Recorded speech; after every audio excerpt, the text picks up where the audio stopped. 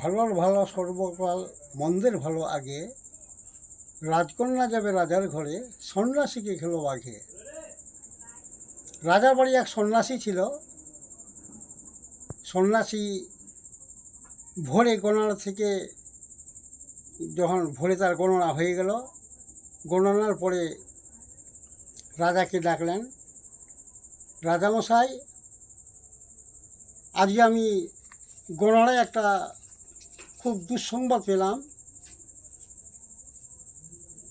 আপনার রাজ্যে যে আপনার যে একমাত্র মেয়ে আছে, তাকে যদি নদীর সিন্ধুকে বোঝাই করে ভাষায় না দেন, আপনার রাজ্য ধ্বংস হয়ে যাবে, আপনার রাজ্য ছারখার হয়ে যাবে। সন্ন্যাসীর কথা শুনে রাজা তার মেয়েকে ডাকলেন, দেখো বেটি, তোমাকে যদি সিন্ধুকে বোঝাই করে নদীতে ভাষা না দিই, আমার রাজ্য ছারখার হয়ে যাবে, আমার রাজ্য ধ্বংস হয়ে যাবে। বাবার কথা শুনে মেয়ে রাজি হলেন। রাজামশাই সিন্ধুকে বোঝাই করে তার মেয়েটাকে ভাষায় দিলেন। ওই এলাকায় একটি পাগলা বাঘ ছিল।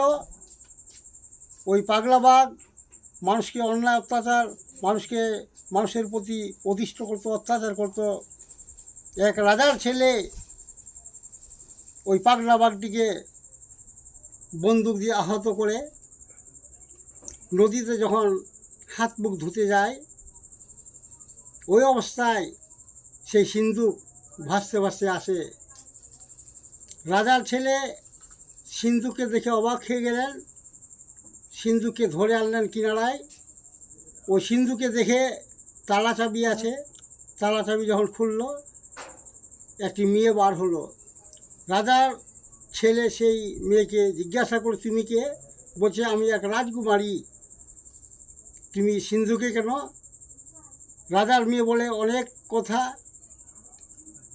রাজার ছেলে বলে, তুমি তাহলে রাজার রাজকন্যা? বলছে, হ্যাঁ, আমি রাজকন্যা। রাজার ছেলে বলে, আমি যদি তোমাকে শাদি করতে চাই? রাজকন্যা রাজি হয়ে গেলেন। রাজার ছেলে সেই রাজকন্যাকে নিয়ে বাড়ি চলে গেলেন। তার বাবা সেই রাজকন্যার সঙ্গে তার বিয়ে দেয়।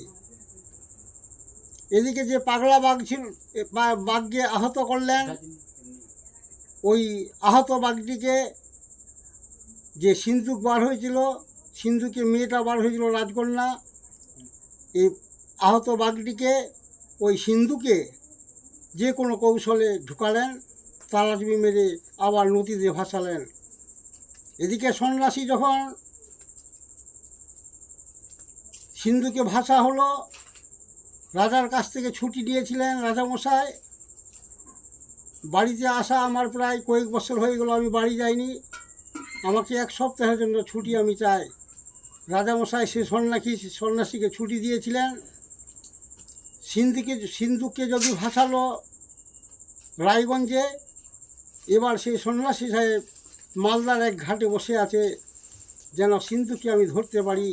তার একটি আশা ছিল, সেই রাজকুমারীকে যেন বিয়ে করতে পারে। তার এরকম একটা কুমন্ত্রণা ছিল। এবার সেই সন্ন্যাসী মালদার এক ঘাটে বসে আছেন, আর এদিকে সিন্ধুক ভাসতে ভাসতে চলে যায়। কিছুক্ষণ পরে সিন্ধুক সন্ন্যাসীর কাছাকাছি পৌঁছে গেল সেই ঘাটে। সিন্ধুককে দেখে সেই সন্ন্যাসী আনন্দিত হয়ে গেলেন। এবার সেই সিন্ধুককে মাথায় তুলে নিয়ে চলে যাচ্ছেন আপন বাড়িতে।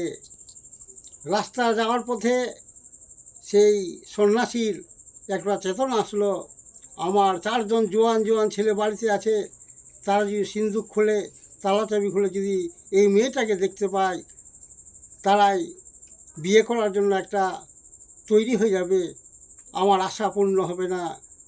যখন সন্ন্যাসী বাড়ি পৌঁছে গেলেন, 4 জন সন্তানকে ডাকলেন, দেখো বেটা, বিদেশে থাকা আমার কয়েক বছর হলো, এই যে আমার সিন্ধুক দেখছো, এই সিন্ধুকের ভিতর আমার কালি আছে। আমি আমার একটি ঘরে ঢুকে দরজা জানালা লাগিয়ে আমি কালি সাধন করব বেটা। যদি আমি চিৎকার করি, যদি বা কোনো কালী চিৎকার করে তোমরা যেন কোনো পুত্র আমার ওই ঘরে না ঢুকো। এইভাবে প্রত্যেক ছেলেকে সাবধান করে দিয়ে এক ঘরে ঢুকে দরজাতে না লাগিয়ে দিয়ে যখনই সিন্দুকের তালাচাবি খুলেছে তখনই বাঘ লাফায় এসে তার টুটি ধরেছে। এবার সেই সন্ন্যাসী চিৎকার করে, বেটা আমাকে বাঘ খেললো, বেটা আমাকে বাঘ খেয়ে নিল বেটা। এবার চারজন ছেলে বাইরে থেকে বলে, চলো ভাই আমার বাবাকে বাঁচায়, আমার বাবাকে বাঘ খেলো। ছেলেগুলা এক ভাই আরেক ভাইকে বলে, না ভাই যেও না, আমার আব্বাজান কালী সাধন করছে, আমার বাবা নিষেধ করেছে, বারণ করছে, কখনো যেও না। এইভাবে কিছুক্ষণ থাকার পর আওয়াজ সব বন্ধ হয়ে গেল। এবার ছেলেগুলোর মধ্যে দুইজন ছেলে দরজা ভেঙে ঘরে ঢুকে দেখে বাঘ তার বাবাকে খেয়ে চুপ করে বসে আছে। তাই এই গল্পটি সারাংশ বললাম, ভালোর ভালো সর্বকাল, মন্দের ভালো আগে, রাজকন্যা দেবে রাজার ঘরে, সন্ন্যাসীকে খেলো বাঘে।